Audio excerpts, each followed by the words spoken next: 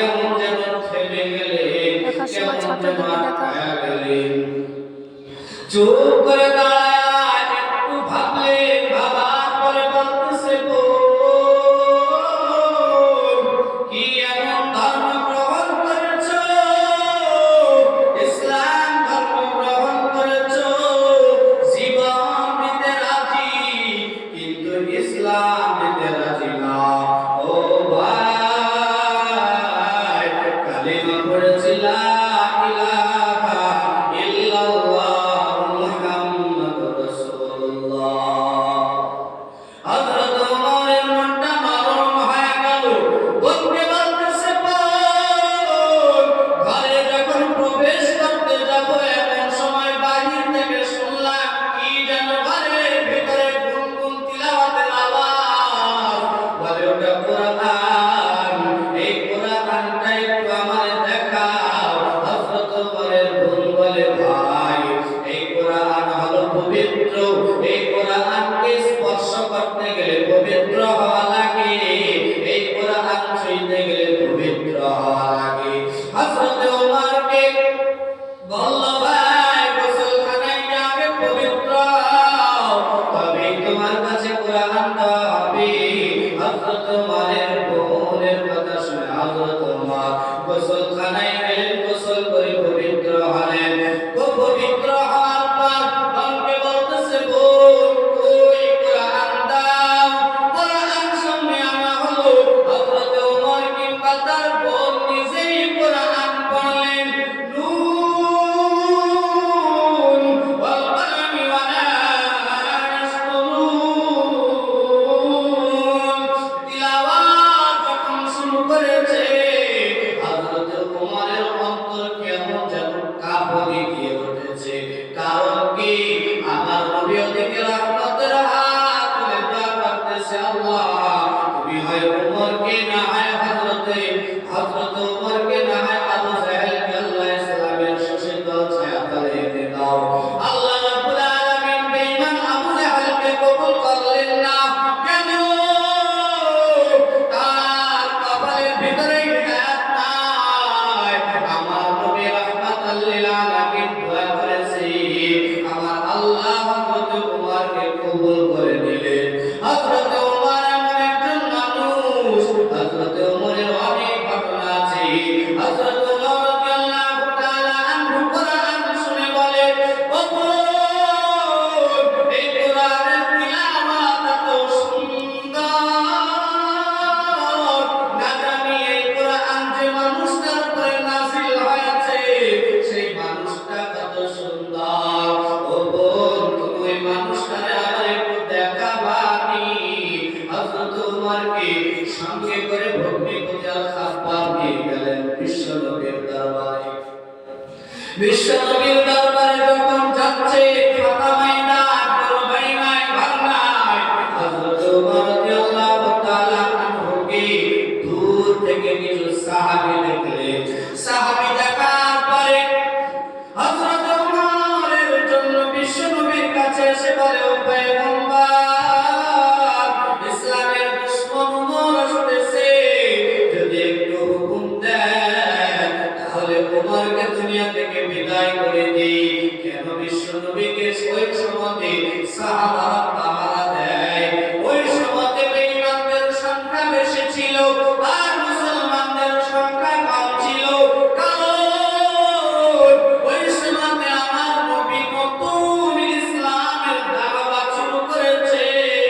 39 জন মুসলমানের উপর 40 নম্বর মুসলমান হযরতে ওমর বিশ্বনবীর দরবারে গেলেন।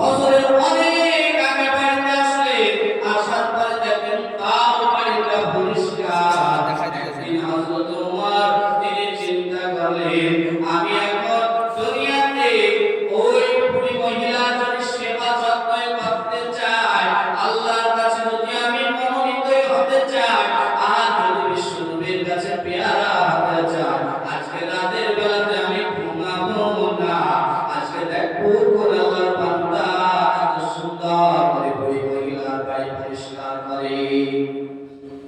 হযরত ওমর রাদিয়াল্লাহু তাআলা আনহু ঈশার নামাজ পড়ে আর বাড়িতে গেলেন। আমরা ছিলাম নামাজ পড়ে আল্লাহর রহমতে ভালো আছি। আম্মা জানের সব কাজ করে দিলেন, কুয়া থেকে পানি তুলে দিলেন, তাকে সুখের গভীর রাতে ওই আল্লাহর বান্দা বের হয়ে চলে যাচ্ছে। হযরত ওমর পিছন থেকে ডাক দেয়া হয়, ও আল্লাহর বান্দা একটু দাঁড়াও, কে আপনি একটু আপনার সঙ্গে মুলাকাত করতে চাই। আল্লাহ রাব্বুল আলামিনের ওই বান্দা দাঁড়িয়ে গেল। হযরত ওমর পিছন থেকে গিয়ে হাত দিলে ঘুরে দেখলেন আর কেউ না, এই জামানার খলিফা হযরত আবু বকর। সুবহানাল্লাহ। এই দুনিয়ার মানুষের দল দুনিয়াতে বিদায় হাতে চায়, এক নম্বর ইসলাম মেনে নিতে হবে। আল্লাহ রাব্বুল আলামিন